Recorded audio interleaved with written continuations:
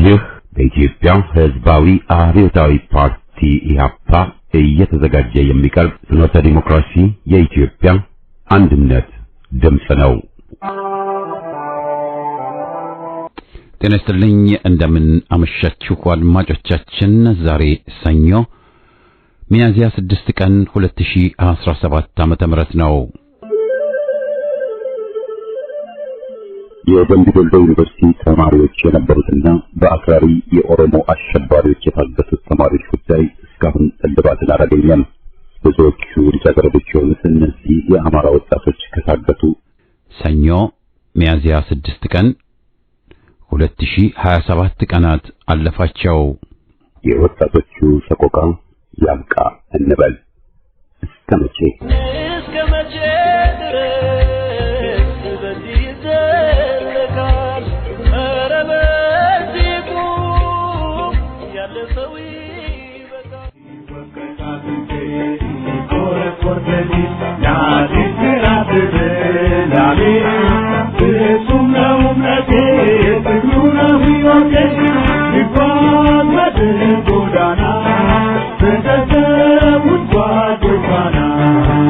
በዛሬ ዝግጅታችን የኢትዮጵያ ሕዝባዊ አብዮታዊ ፓርቲ ኢህአፓ ልሳን ዴሞክራሲያ ቅጽ 50 ቁጥር 5 ወተት ይሸፍታል እንኳን ሰው ሲበደል በሚል ርዕስ የቀረበውን አሰምተን የዝግጅታችን ፍጻሜ ይሆናል።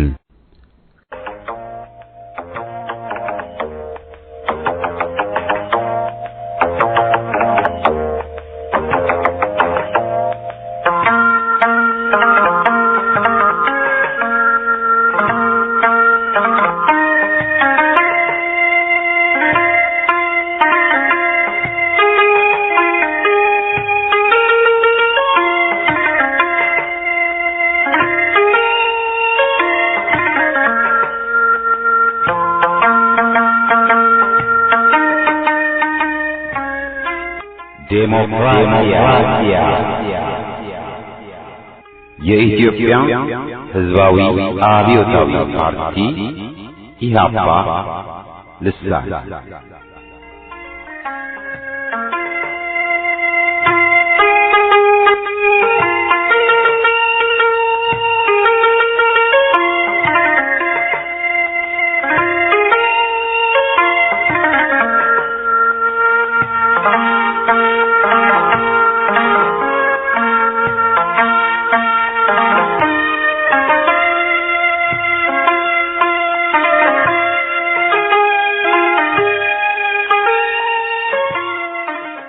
ቅጽ 50 ቁጥር 5 ሚያዝያ 2017 ዓመተ ምህረት ወተት ይሸፍታል እንኳን ሰው ሲበደል።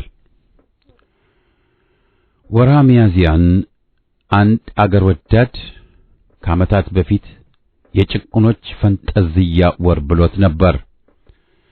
ከ5 ዓመት የፋሽስት ጣሊያን ወረራ በኋላ ነጻነታችንን ማስከበር የተቻለው በዚህ ወር በመሆኑና በዚህ ወር ሚያዝያ 1964 ዓመተ ምህረት የጭቁኑ ሕዝብ አለኝታ ኢህአፓ መመስረቱንም በማጤን ጭቆና ባለበት ትግል እንደሚኖር የተፈጥሮ ሕግ ነው።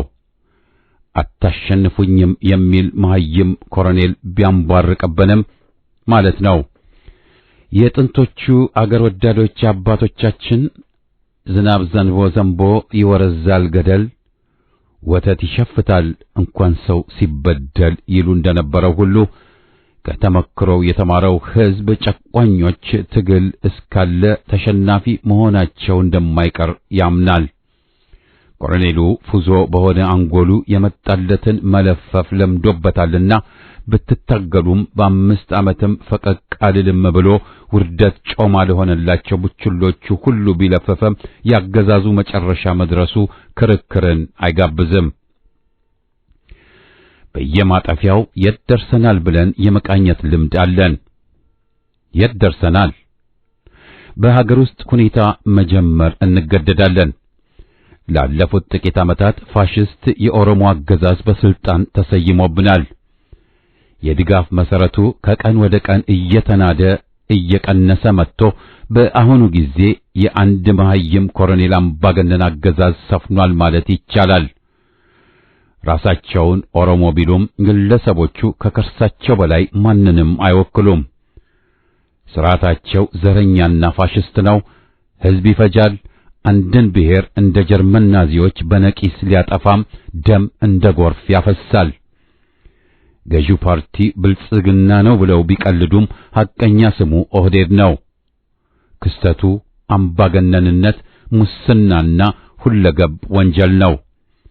የነፍሰ ገዳዮችና ከርሳሞች ጥርቅም ኢትዮጵያን አጥፍተው ኦሮሚያን በሚሉት ሊተኩ ነውና ዋናው ፍላጎታቸው ኢትዮጵያን ይሁን ብለው ሊያጠፏት እየተራወጡ ናቸው። በዚህም እርኩስ ተልእኳቸው ተባባሪ ሆዳሞች ለከርስና ለሃይማኖት ብሔሮች አቀፍ ናቸው። ገዢው መደብ በማይታረቅ ደረጃና ልክ ከህዝብ ተቃርኖ ይገኛል ማለቱ ትክክል ነው። ዝቅጠቱና በደሉ በሁሉም አንጻር ነው። በህብረተሰባዊው መስክ የሞራልና ስነ ምግባር ዝቅጠት፣ አቅመዋን ያልደረሱ እህቶች ሴተኛ ዳሪነት መረን ለቆ ለሀብታም አረቦችና ባዕዳን እህቶቻችን መጫወቻ ሆነዋል።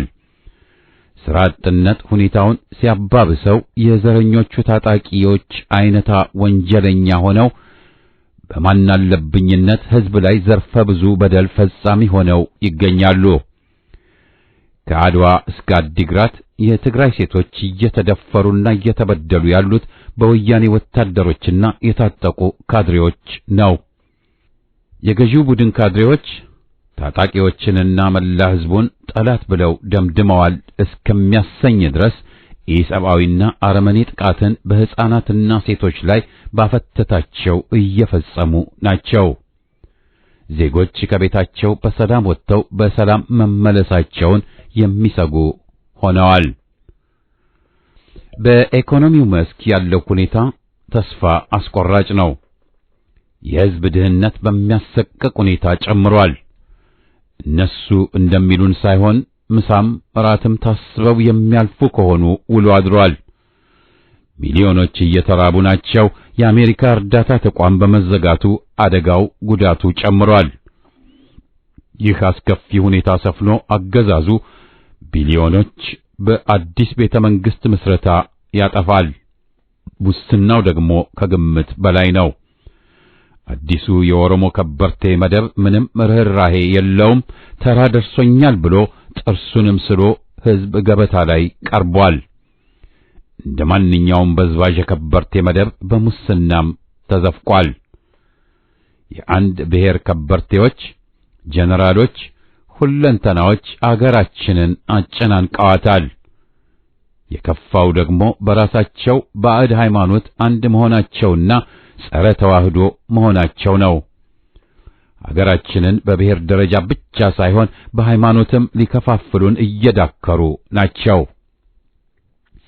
የኮሪደር ልማት ተብየው በህዝብ ላይ የመጣ አሰቃቂ ወንጀል ነው። ህዝብ ተርቦና መኖሪያው በላዩ ላይ እየፈረሰ ከተማችን ቆነጀች ፈንጠዝያ የማይሞች ነው። ትምህርት ቤቶችን መገንባት፣ ሕክምና ተቋሞችን ማቋም፣ መሰረታዊ መብት ማስከበር፣ ሕፃናትን ከጉዳትና ጥቃት መከላከል ቀዳሚ ስምሪት ነው። ድንጋይ ፎቅ ቢከመር መብራት ለህዝብ ሳይሆን ለመንገድ ቢንቦገቦግ የሚባክነው ገንዘብ ጥቅሙ ያው ለነሱ ነው።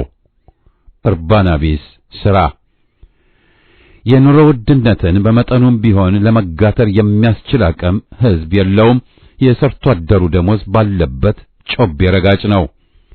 ከዚህ ሁሉ ዓመት በኋላ የሰራተኛ ህግ የሚባል የለም።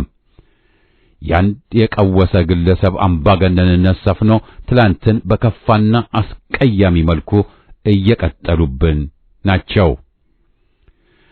ተጨባጭ ሁኔታው ያብዮት ያለህ እያለ ነው። ይህን አራማጅ መሆን የሚጠበቅባቸው ኃይሎች ግን በሰበብ አስባቡ በድነዋል። ወያኔ በቀደደው ቦይ ያሁኖቹም ፈሰው ምሁሩን ክፍል ሕዝቡን በብሔር ከፋፍለዋል። አብዮት ቀስቃሾችና አምጪዎች የጭቁኖች አይነቄ እንቅልፍ የተባለውን በመተኛት ላይ ናቸው። በኢትዮጵያማ ጉድ በሚያሰኝ ደረጃ እያንኮራፉ ይገኛሉ። ወንድም እህታችን ሰው ሳይሆን አሳ ነው፣ ከባህር የወጣነን እያሉን ናቸው ዶክተር ፕሮፌሰር ተብዬዎቹ። ኮሎኔሉ አንጎሉ በትክክል ስላልሆነ ትንግርተኛ ነኝ በሚል እብሪት የያዛቸው አቋሞች ሀገር እያጠፉ ናቸው። ለምሁር መጥፋት ዋናው ተጠያቂ ፋሽስቱ ደርግ ሲሆን ወያኔም ያልተናነሰ ጉዳት አድርሷል። የስምንተኛ ክፍል ምሩቆች ዶክተር ወዘተ በሚባሉባት አገር ማይምነት አገርን መጫወቻ ቢያደርግ እምብዛም አያስደንቅም። አማኑኤል ሆስፒታል መግባት የነበረበት ግብስ ኮሎኔል ቤተ መንግሥት ደጃፍም ላይ ሊገኝ ከቶም አይገባውም ነበር። የት ደርሰናል ስንል ከድጡ ወደ ማጡ መሆኑን መልሱን ባንስተውም ዓመት አልፎ ዓመት ሲተካ ሁኔታችንን መቃኘት ወሳኝ ግዳጅ በመሆኑ ነው። የሀገራችን ሁኔታ እንደ ተዘባረቀና እንደ ከፋ ሁሉ አለ። ማቀፉና አካባቢውም ሁኔታ ከቶም አላማረበትም። ሳይደግስ አይጣላም እንዲሉ ለሀገራችን አንድነት ጠንቅ ሊሆኑ የሚችሉት ሱዳንና ሶማሊያ በራሳቸው ቀውስ ሽባ ሆነዋል። ሻዕቢያም እንደፈለገው በአገር አጥፊ ጎዳና መጭ እንዳይል እስካሁን አቅም አንሶታል። ነገ ተነገ ወዲያ ሊቀየር የሚችል ቢሆንም ወያኔም አገር አጥፊነት ፍላጎቱ በመሪዎቹ እርስ በርስ ንክሻና ፉክክር ታግቷል። የቀየ ኢትዮጵያን የማደባየት ሴራ በአረብ ኤሚሬትስ እየተገፋ አሁንም አደጋ እንደሆነ አለ። ዘረኛው ኮሎኔል በበኩሉ ባገኘው ጉልት ሁሉ ኢትዮጵያን ሊሸጣት ሊቸበችባት ስልጣኑ እስከ ተጠበቀ ድረስ መወሰኑ ዝግጁ መሆኑ ግልጽ ሆኗል። የግብጽ ሴራ በነግንቦት ሰባት ተባባሪነት የተሞከረው ቢከሽፍም ዛሬም የግብጽን በር እርዱን እንተባበር ብለው የሚያንኳኩ መኖራቸው ሊደበቅ አልቻለም። ከጸረ ኢትዮጵያ አረብና ባዕድ አገሮች ጋር እጅና ጓንት የሆኑና ሊሆኑ የሚጥሩ ኃይሎች፣ ቡድኖችና ግለሰቦች ጸረ ኢትዮጵያ ናቸው ብለን የምንፈርጃቸው ከሃዲዎች ናቸው። በአገራችን ፍጅት ተንሰራፋ ስንልም የገዢውን መደብ አውሬነትና አረመኔነት ከማጋለጥ ባሻገር በብዛት የፍጅት ሰለባ የሆነውን ሕዝብም ግፍ መከራ በሚገባ በማጋለጥ ነው። ኢህአፓ የአንድ ብሔር ኃይልን ትግል ደገፈ ወዘተ ብለውና ውሉን ስተው የሚተቹ የሚዘልፉ ቢኖሩም ሐቁ ግን ሕዝብ በማንነቱ ተለይቶ ሲጠቃ ሙከራውን ማጋለጥ መጋራት ግዳጅ ሆኖ ስለመጣብን ነው። በወለጋ ፋኖ ላይ ዘረኞቹ እያደረጉ ያሉትን የግድያ ርብርቦሽ በዝምታ የማናልፈውም ለዚህ ነው። ሪፐብሊካን ዘብ፣ መከላከያ ሰራዊት፣ መከላከያ ተብየውም ሆነ የሸኔው ኦነግ ስብስብ፣ የነሽመልስ ሚሊሻ ወዘተ ማለትም ሁሉም ጸረ ሕዝብ በጋራ ባገዛዙ እየተረዳ ፋኖዎቹ ላይ ዘምቷል። በርካታ አርበኞችም ተሰውተዋል። በዚህ ፍልሚያ ሌሎችም እነዚህን ፋኖዎች ደግፈው ሊሰለፉ ሲገባ ፋኖዎችን በአውራጃዊነት የከፈሉት ተውሳኮች ይወገዙና እስካሁን አልሆነም። ያገዛዙ ዕድሜም ሊረዘም ችሏል። በእኛ እንደለመዱት ፋኖ ሕዝብ አስጨረሰ ብለው መርዝ ምላሳቸውን ሊያንጣጡ እንደሆነም ዳርዳር እያሉ መሆናቸውን ከወዲሁ መታዘብ እንችላለን። በወለጋ ሕዝብን ከፍጅት ሊያድኑ እየተዋደቁ ያሉትን አርበኞች መደገፍ ዋና ብሔራዊ ግዳጃችን ሆኗል። በአሁኑ ጊዜ የሚካሄደው ፍልሚያ የመጨረሻ ነው። መሸሻ መደበቂያ የለም። የሞት ሽረት ትግል እንዲሉ የት ደርሰናል የሚለው ጥያቄ ከስሜታዊነትና ጀብደኝነት የራቀን ምላሽ ይፈልጋል። የት ደርሰናል የሚለው ምን ማድረግ አለብን የሚለውን አብይ ጥያቄ ትክክለኛ ምላሽ እንድንሰጥ የሚረዳን ነው። ቁልፍና አስፈላጊም ነው። በአገራችን ያለው አብይ ቅራኔ በኦሮሞ ፋሽስት ገዢ መደብና በሰፊው የኢትዮጵያ ሕዝብ መሃል ያለው የማይታረቅ ቅራኔ ነው።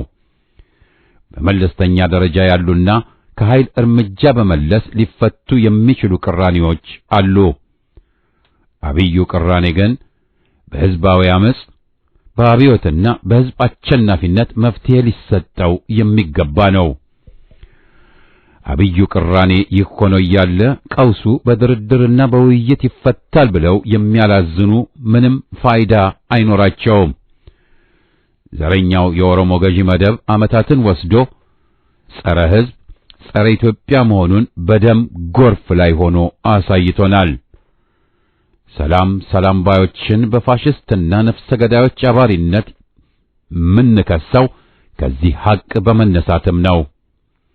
ጠላቶቻችን የሕዝቡን ትግል ለማፈን የለመደባቸውን ቅጥረኞቻቸውን አሰልፈው ተነስተዋል።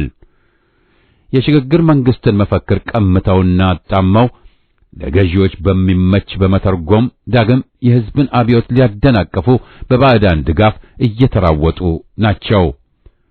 በባዕድ አገሮች ስብሰባው በርክቷል።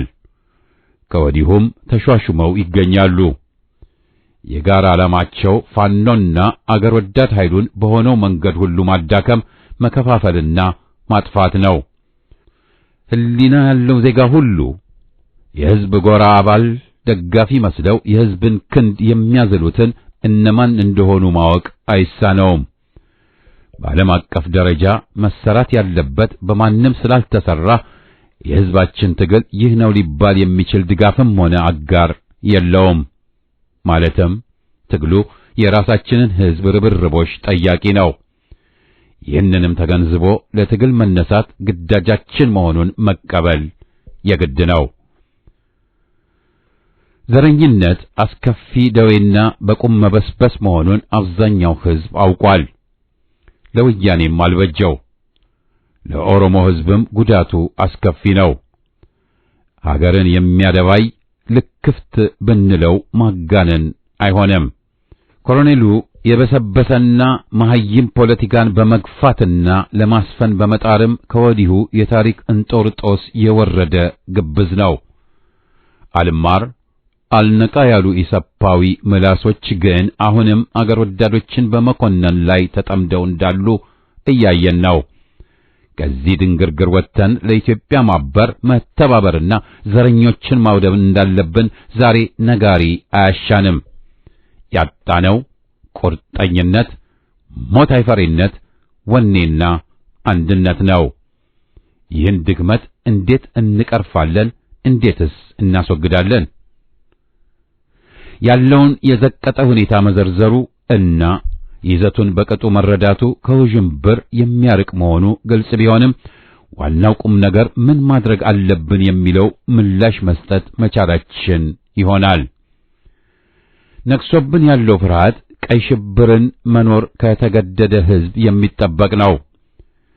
የፋሽስቱ ደርግን ዘረኛው ወያኔ ቀጥሎት ኦሮሞ ኮሎኔል አባብሶና ብሔር ለይቶ የቀጠለው በመሆኑ ቁርጠኛ ትግል ጥቃትን አምጪ መሆኑ የሚያከራክር አይደለምና ፈሪ ለእናቱ ገኖ ቢገኝ ሊገርመን አይገባም። በቅድሚያ የለውጥ ኃይል የሆነውን ላባደርና ምሁሩን ጥቅም ውጭ ማድረግ ነውና ግባቸው ሰርቶ አደሩን ሕዝብ ድርጅትም አንድነትም ያሳጡት ከመሆኑም በላይ አገር ወዳድና ደፋሩን ምሁር ከፋፍለውታል። ውሃ ገብቶ የሚያልበውን ወደፊትና ወደ መድረክ አምጥተውታል። የለውጥ ኃይሎች ይዞታ ደካማና የተከፋፈለ ነው። መስዋዕትነት አልባ ትግል ሰባኪዎች እንዳሸን ፈልተዋል። ቀደም ድርጅት ከቶም አያስፈልግ ብለው ግራ ሊያጋቡን የጣሩት ናቸው። አለ ድርጅት ትግል ውል አልባ እንደሚሆን ጠንቅቀው ያውቃሉ። መስዋዕትነት አልባ ትግል ቅዠት መሆኑንም ይረዳሉ። በግል ተመክሯችን ከወያኔ ጫማ ስር ወድቀን ትግል ይሉ የነበሩት መና ቀርተዋል። ሁሉም ባንዳ ግን ከሰርን ብሎ ሱቅ አይዘጋም።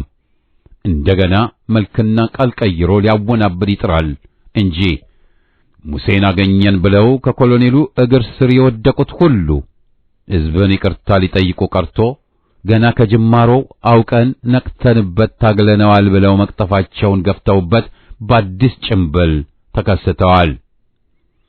አርአያና ምሳሌ ሊሆኑ የሚችሉት ተነው ለሕዝብ የተሰዉት በዘረኞች ሹሞች ተወግዘው ትግል የፋራ ነው ተብሎ በአገራችን በተጨባጭ ተፈርጆ አዛኝ ቅቤ አንጓች ምድረ ባንዳ ሲርመሰመስ ይህ ነው እውነታችን ብለን የተቀበልን መስሎ ሲታይ ለአገር ታግሎ መሰዋት የትግሉ ነው ሕይወቴ ብሎ መገኘት ስለጠፋ ሁኔታው የፈሪ መንጋ አድርጎን አለ። ስለ አገር ፍቅር ሞት አይፈሪነት፣ ስለ ኢትዮጵያ ከሕዝቧ ጋር ትቅደምና የአገራችን አኩሪ ነጻነት ትውልዱን ማስተማር ማስጨበጥ ዋና ይሆናል። ቡከኖችና ከርሳሞች የትግል መሪነን ብለው የሚገሸሩበት ሁኔታ ማክተም አለበት። ቀይ ሽብርተኞች ሊታሰሩና ሊፈረድባቸው ሲገባ በተገላቢጦች ሊያጠፉ የፈጁትን ሕዝብ አዳኝ አዛኝ ቅቤ አንጓች ሆነው ሲመጡበት በማጋለጥና ቢያንስ ግለሂስ ሊወስድ ዝግጁነቱን በተግባር ሲያረጋግጥ መታየት አለበት። በግ እንኳ ቧ ብሎ ይደባለቃል የተባለውን ልንረሳም ከቶም አይገባም። ንስሐን በመጠየቅ ፋንታ እጅ ከፍተን ካቀፍን ነገን ሊቀሙን ቢችሉ መገረም ከሰፈነ ይህን ደግሞ በባንዳነት ቋፍ ያሉ ሁሉ የሚሰብኩት ነው። ነገን ሊቀሙን ቢችሉ መገረም የለብንም። ባለቤቱ ያስጠቃውን ማንም ሌላ አይዋደቅለትም። ስለዚህ ሌላው ቢቀር የሕዝብን ጎራ ማጽዳት፣ ማስጠበቅ ዋና ሥራችን ሊሆን ይገባዋል። ቡከንን አቅፎ ጦር መግጠም የሽሽት ስናርን ከመጋለብ የተለየ አድርጎ ሊቆጠር አይችልም። ፈሪ አዋጊ ለደፈጣም ሆነ ለተራ ውጊያ ሸክም እንጂ መሪ ሊሆን የሚችል አይደለም። የጦርነት ወሬ ሲነሳ በድንጋጤ የሚገረጡ አዋጊዎችን ይዞ ማንም ድልን ያገኘ የለም። በዓላማችን ካመን ወላዋይነትን ካስወገድ ወኔ አይጠፋንም። ለኢትዮጵያ ሲሉ የታጠቀና የተደራጀን ፋሽስት ጣሊያንን ገጥመውና ከሚሊዮን ያላነሰ መስዋዕትነትን ተቀብለው ነጻነታችንን ያስከበሩልን ዜጎች ኢትዮጵያውያን ነበሩ። ደማችን፣ ማንነታችን አልተለወጠም። ዛሬም ዘረኞችን ማደባየት እንችላለን። በእርግጥም ዘረኝነት አስከፊ ደዌ ነው፣ ግን የምናቸንፈው ነውና ዋናው አንድነታችንን አጠናክረን መነሳታችን ነው። በወለጋ የፋኖ ኃይል መከሰቱና መሰል ኃይሎችን በየአቅጣጫው መመስረታቸው ኢትዮጵያዊነትን ያጠናክራል። የፋኖ ኃይሎችም ክፍፍልን አሸንፈው በጋራ መቀናጀትና መታገልን ከቻሉ ኢትዮጵያዊነት ይድናል፣ ያብባል። ድል ያኔ የኛ ለመሆኗ ምንም አያጠራጥርም። ሊከፋፍሉን ለረጅም ዓመታት ለፍተዋል። ለዚህም የሺዎችን ደም አፍሰዋል። ቀላማጁ ኮሎኔል ለአገር ብዙ ሰርቻለሁ ብሎ ሊመጻደቅብን በይፋ ሞክሯል። እስቲን ፈትሸው ብንል የኦሮሞው ዘረኛ ኮሎኔል በጥፋትና ከይሲነት ያለፉትን በልጧል እንጂ ምንም በጎ ፋይዳ ለአገር አላመጣም። ሺዎችን ከቤት አፈናቅሎ መንገድ አዳሪ አድርጓቸዋል። ከተማን አሳመርኩ ሲል ሕዝቡን አራቁቷል። ሚሊዮኖችን ለረሃብ ዳርጓል። እነሱ ሲታመሙ ከዱባይ እስከ ታይላንድ በረው ይታከማሉ። ሕዝብ ግን ሕክምና ርቆት አለ ወይም ይማቅቃል። ኮሎኔሉ ሊፎክር የሚችለው መላ ሀገራችንን ለጦርነትና ስቃይ ዳረኩ ብሎ ብቻ ነው። በግድያ ብዛት የመጀመሪያው ፋሽስት ኮሎኔል በለጠኝ ብሎ ከማይቀናበት ደረጃ ላይ ደርሷል።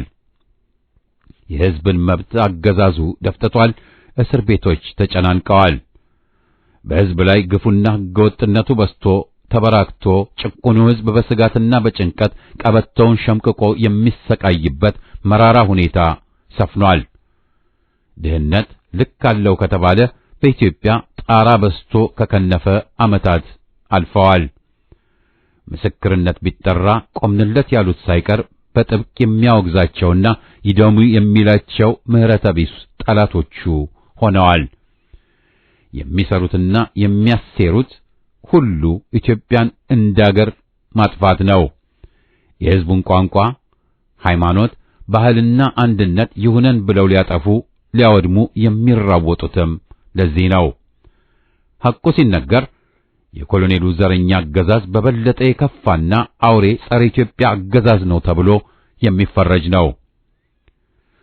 ከተጨባጩ ዓለም አቀፍ ሁኔታ ተነስተን ሁኔታዎችን ስንቃኝ የአሜሪካን ሚና ማጤን የግድ ይሆናል። የራስን ድክመት በሌላ ለመላከክ ወይም ላለመቀበል ሳይሆን የአሜሪካ ልዩ ልዩ አስተዳደሮች ኢምፔሪያሊስት ግባቸውን ሲያሳድዱ ኢትዮጵያን ባያሌው ጎድተዋል። ይህ ክስ ሕዝብን አይመለከትም። በችግራችን የረዳንን ሕዝብ ከገዢዎቹ ነጥለን ለይተን ነው የምናየው። በአፄው ዘመን አምባሳደር ኮሪ በቺሊ ኋላ ተራማጁ አየንዴን በመገልበጥ ዋና ሚና የያዘው ራሱን አፄ አድርጎ ይንቀሳቀስ ነበር። ጭፍን ጸረ ግራ የነበር ይህ ሰው ትግላችንን በሚገባ አደናቅፏል። ኋላ ቀሩን ደግፎ በአገራችን ጉዳይ ጣልቃ ገብቷል። አፄው ብራዚል ሄደው ሳለ የተሞከረውን የነመንግስቱ ገርማሜን ዋይ የመንግስት ግልበጣ ያከሸፈችው አሜሪካ ናት። በትግል የአሜሪካ ጣልቃ ገብነት እንዲቆም ከተደረገ በኋላ ለዚህ ውድቀታችን ኢህአፓን ተጠያቂ አድርገው በቂም ዘመቻ እንደጀመሩበትም እናውቃለን። የአሜሪካ ሁለገብ አሉታዊ ሚና የተጋለጠው ወያኔን ደግፈው ለስልጣን ካደረሱ በኋላ ነው። ከውዳቂው መለስ ዜናዊ ጋር ተጣብቀውና ከአደጋ እየጠበቁት በስልጣን አቆይተውታል። ኢህአፓንም ከትግል ሜዳ ለማስወጣትና ለማፍረስ በሱዳንና ሻዕቢያ ተባባሪነት ሁለቴም ወረራ አሲረውበት ሁለቴም ሽንፈትን አከናንቦ መልሷቸዋል። ስንት ለውጥ ፈላጊ አገር ወዳድ ዜጎቻችን የተሰዉበትን ክስተት ዛሬ ጥራዝ ነጠቆች የታህሳሱ ግርግር ብለው ሊያሳንሱት ቢሞክሩም መፈንቅል ሙከራው ተማሪዎችን በተለይ ከስርዓቱ ያቆራረጠ ሕዝብን ያነቃና ለአብዮት ጥርጊያ የሆነ ነበር። ወያኔ በሕዝብ ትግል ተንኮታክቶ በሕዝባዊ ስርዓት እንዳይተካ ተሽቀዳድሞ የኮሎኔሉ አገዛዝን የጫነብን አሜሪካ ነው። ኢትዮጵያን መጉዳት የሚፈልግ ሁሉ ለአገር አንድነት የቆመውን ሕዝብ ማጥቃት አለበትና አሜሪካ ከጠዋቱ ጀምሮ የከረረ ያመረረ ጸረ አማራ ፖለቲካን ተከትላለች። ከዘረኞቹ ጡት ተጣብታለች። ዛሬም ከሕዝብና ከአገር አንጻር አሜሪካ ጸረ ኢትዮጵያ ተብላ መፈረጇ ተገቢና ትክክልም ነው። አሁንም የለውጥ ትግሉን ልትቆጣጠርና ሕዝባዊ መንግስት ምስረታን ለማደናቀፍ ቅጥረኞቿን አሰማርታ እየጣረችብን ነው ማለት ይቻላል። የትግል ዋናው ተልእኮ ጠላትንና ወዳጅን ለይቶ አውቆ ወዳጆችን አስተባብሮ ጠላትን ማቸነፍ ነው። በዚህ ዋና ጉዳይ ላይ መደናገር ከሰፈነ በሚገባ መታገልና ድልን መቀዳጀት የሚቻል አይሆንም። ኮሎኔሉን ወዳጅና ተአምር ያሉ ሕዝባዊ ትግላችንን ባያሌው ጎድተዋል። አገራችንን ላደማውና አለወደብ ላስቀረው አምባገነን የግንጠላ ባንዲራውን በመድረክ እያውለበለቡ ዘፍነዋል። ቅሌት! የፋሽስቱ ኦሮሞ አገዛዝ የሕዝብ ጠላት ነው፣ ተገልብጦ መጥፋት አለበት እንጂ ከነፍሰ ገዳዮቹ እርቅ የሚታሰብ አይሆንም። የሕዝብ ትግል ሊጎመራ ሲቃረብ ሰላምና ፍቅር ሰባኪዎች ይበዛሉ። ጠቀሜታቸው ትግል ለሚቆምላቸው ጨቋኝ ገዢዎች ነው። በወያኔ ጊዜ ወያኔ ራሱ በጎነጎነው ሴራ ስርዓቱን አምሮ በትጥቅ መታገል እንደ ኃጢአት ተቆጥሮ ፕሮፌሰር ተብዬዎቹ ሳይቀሩ መላ ወይስ ዱላ ብለው የትጥቅ ትግሉን ሲጻረሩና እንደ ቀድሞዎቹ አድርባዮች ጠመንጃ ለመንከስ አትቸኩሉ በሚል ድርጅቱ ሊያካሄድ የሞከረውን ትጥቅ ትግል በጣም አደናቅፈዋል። ዛሬም ተሰደዋል ቢባልም በቦሌ የተሸኙ ጉዶች ስለ ጦርነት ጎጂነት ሊሰብኩን እየሞከሩ ናቸው። ለቀባሪው አረዱት ይሏል።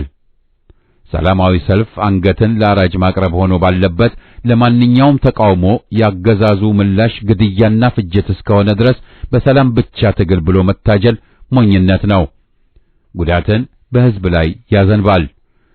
ኢህአፓ ለሰላማዊ ትግል ጊዜ ልስጥ ብሎ ያሰማራውን ሰራዊት ሳያውጅ ቢቆይም ፋሽስቱ ደርግ አሊ ሙሳና ጌታቸው ሽበሺ በግድያ ዘመቻ ልኮ እሪ በይ አንቺ አዋሽ እሪ በይ ሀገሬ እስኪባል ድረስ አባሎቻችንን ፈጅቷል። ይህን ደርግ የፖለቲካ ደጋፊዎች አላየንም አልሰማንም ይላሉ። ስንቱን ገድሎ ንጉሡን ሳይቀር አፍኖ ስልጣኑን ያስተዋወቀውን አረመኔ ቡድን ተተኮሰበት እንጂ ብለው ማጠየቂያ ሊያቀርቡለትም ሲጥሩ ታዝበናል።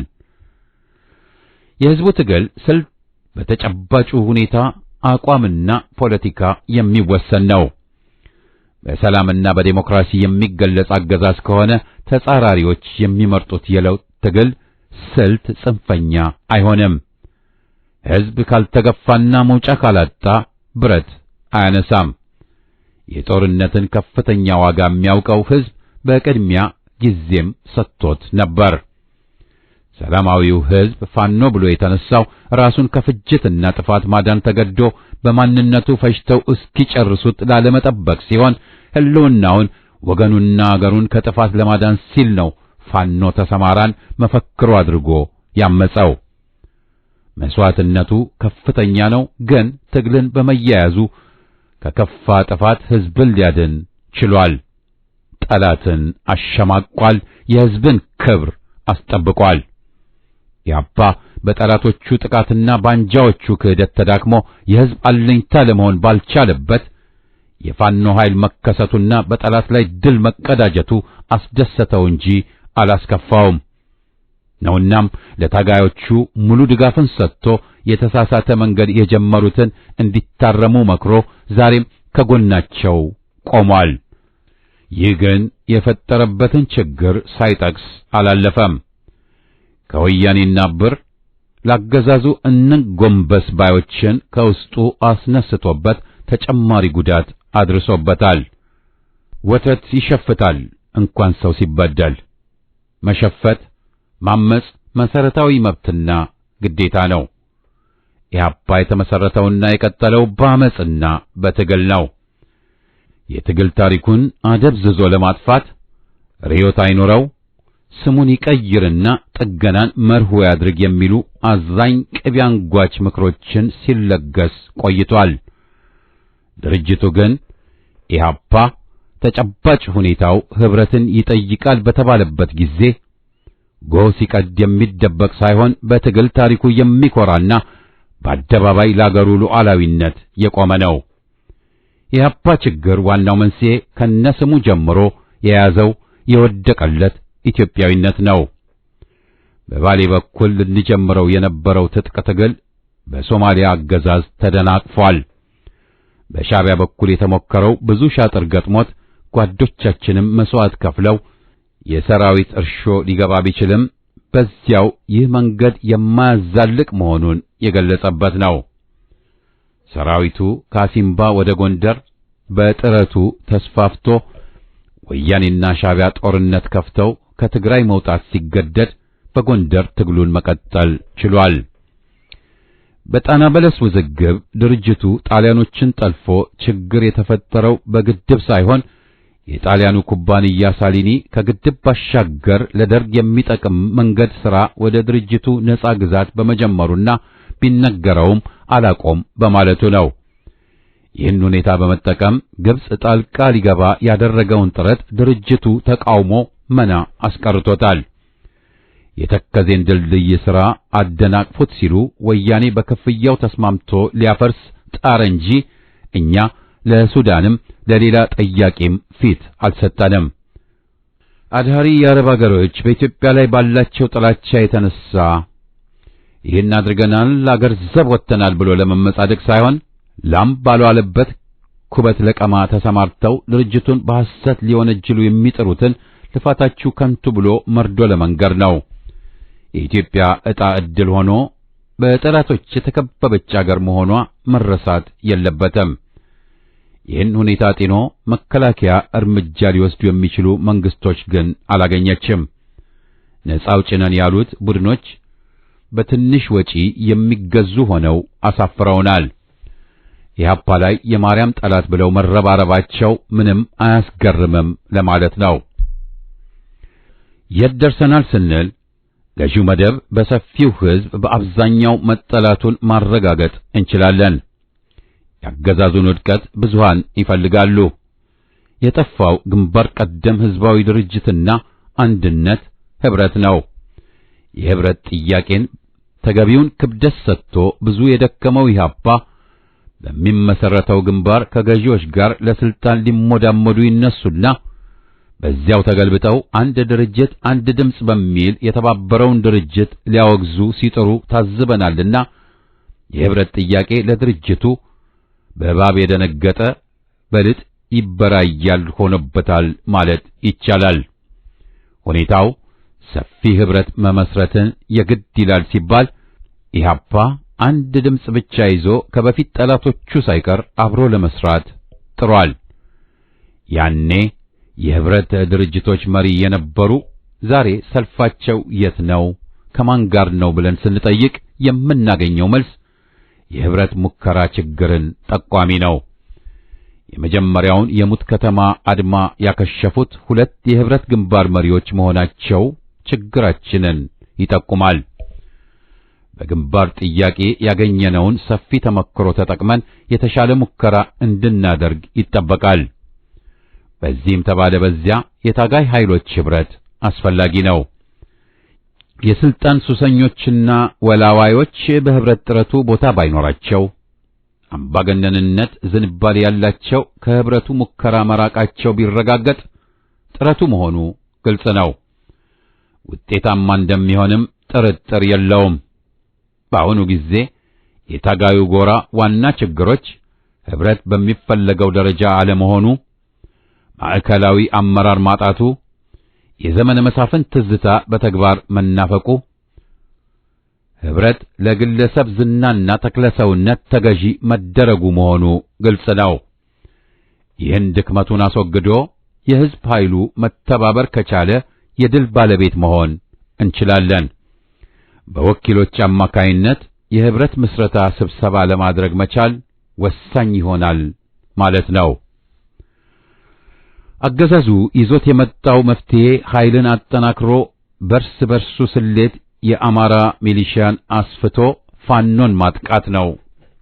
በወለጋ ላይ ትኩረት እንዲያደርግ ግድ የሚያደርግ ብዙ ምክንያቶች አሉ። የጎጃም ፋኖ ኃይል ቅርብ በመሆኑ ለወለጋው ጽኑና ተጨባጭ አጋር ሊሆን ይጠበቃል። ሌላውም ለቅርቡና ሁሉም ለጋራ ዓላማ። ይህ በአስቸኳይ ካልተደረገ ተከፋፍሎ የተራተራ ውድመትን መጠበቅ እንጂ ሌላ ምንም አይጠበቅም። የጊዜ ጉዳይ ወሳኝ ነው። ጊዜ ከወሰን አመቺ ሁኔታ ለዘረኞች ይፈጠራል። ችግር የበዛበት ህዝብ ይሰላቻል። አልባሌን የማይጠቅም አሉታዊ ቅስቀሳ ተካሂዶ ግራ መጋባት ሰፈነ እንጂ ከትግሉ ወደፊት መጓዝ አንጻር መወሰድ ያለባቸው እርምጃዎች የተሰወሩ አይደሉም። ስጋትና ጭንቅ የህዝብ ጠላቶች ቤት ማንኳኳትና መግባት አለበት። በአንዳንድ የታሪክ አጋጣሚዎች የግለሰብ ሚና መኖር አለመኖር ታሪክ ሂደት ላይ ከባድ ተጽዕኖ አለው። ለብልህ አይመክሩም ማለቱ ይበቃል።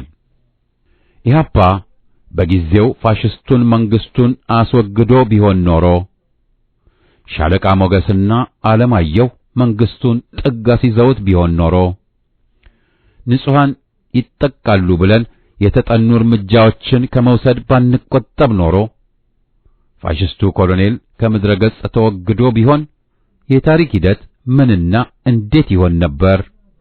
ዛሬም ይህ መልስ ጠያቂ ነው። ዛሬም እርምጃው ፍቱን ወቅታዊም ነው። ለአንበሳ ስለ ስጋ አበላል አይመክሩም ብለን እንለፈው። ከዚህ ሁሉ በኋላ ለችግራችን መፍትሄ መላ አፍሪካን ሰገራ ካለው ፋሽስት የአሜሪካ መሪ አይመጣም። በምለላና ለቅሶ አይገኝም። በአማራ ስም ሊነግዱ እንዳሸን ከፈሉት የባዕድ አገር ስብስቦች አይመጣልንም። በተክለ ሰውነት ጦዘው ሁሉን አድራጊ ፈጣሪ እኛ የሚሉትም አይበጁንም። በአሜሪካና አረቦች አሸጋጋሪ ተብለው እየተዘጋጁልን ያሉ ባንዳዎች ቅንጣት አይፈይዱንም። መፍትሄው የሚገኘው ከተደራጀው የሕዝባችን አገር አድን ትግል ብቻ ነው።